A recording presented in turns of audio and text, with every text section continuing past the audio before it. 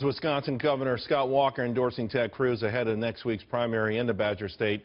Remember, 42 delegates are up for grabs, and according to a Real Clear Politics average, it's essentially a dead heat. Donald Trump up, a dead heat.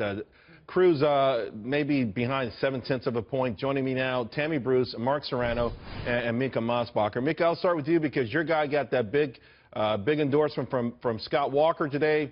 It was everyone sort of knew this was going to happen. Do you think that will be the difference maker come next Tuesday? I think it will make a difference because Scott Walker was a presidential candidate and shared the stage with Ted Cruz. And while he might not be Lindsey Graham's favorite dream date or the #1 pick by the establishment, Ted Cruz is now their star quarterback, and he has been barnstorming Wisconsin.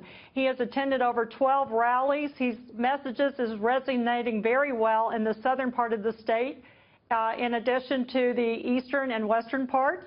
He is a principled conservative, and Real Clear Politics poll said today that 7 out of 10 voting Republicans think he is honest and trustworthy. Right, and Mark Serrano. I admire the... Yeah, let me ask Mark Serrano, because I know you and I have talked about this, about the importance of Wisconsin. I think you've kind of blown it off a little bit.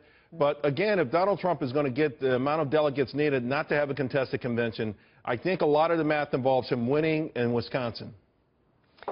Yeah, but how do you define winning? You know, winning, getting more votes than the next guy and more delegates than the next guy. Agreed. But, you know, whichever candidate, you know, it's so tight in Wisconsin is likely not to walk away with this thing. It's going to be kind of split, frankly, because you have 18 delegates statewide, 24 by district. So I'll be surprised if either of the candidates gets more than 24 of the 42 delegates. So I don't think it's going to be a dramatic victory on either side, Charles. Every delegate counts for sure. But let me tell you, as endorsements go related to Scott Walker, this was more like kissing your sister than starting a romance. You know, Scott Walker really it was sort of limp. I mean, I think what's going to happen is we need to see if Scott Walker is going to barnstorm with Ted Cruz to know whether it's going to make a difference. He has promised to make campaign stops. But he should have done this weeks ago if it was going to make a difference. There's no doubt about that. Although with the week left, it might make a difference. I will say, as far as him being enthusiastic, that might be the reason why he was the first one to drop out of the campaign. It just may not be his bailiwick to sort of hype up the crowd. I don't know. Yeah. I never found him to be very exciting. Well, Scott Walker was my first choice. I mean, I like what he did for Wisconsin. Wisconsinites, obviously, they supported him through recall efforts.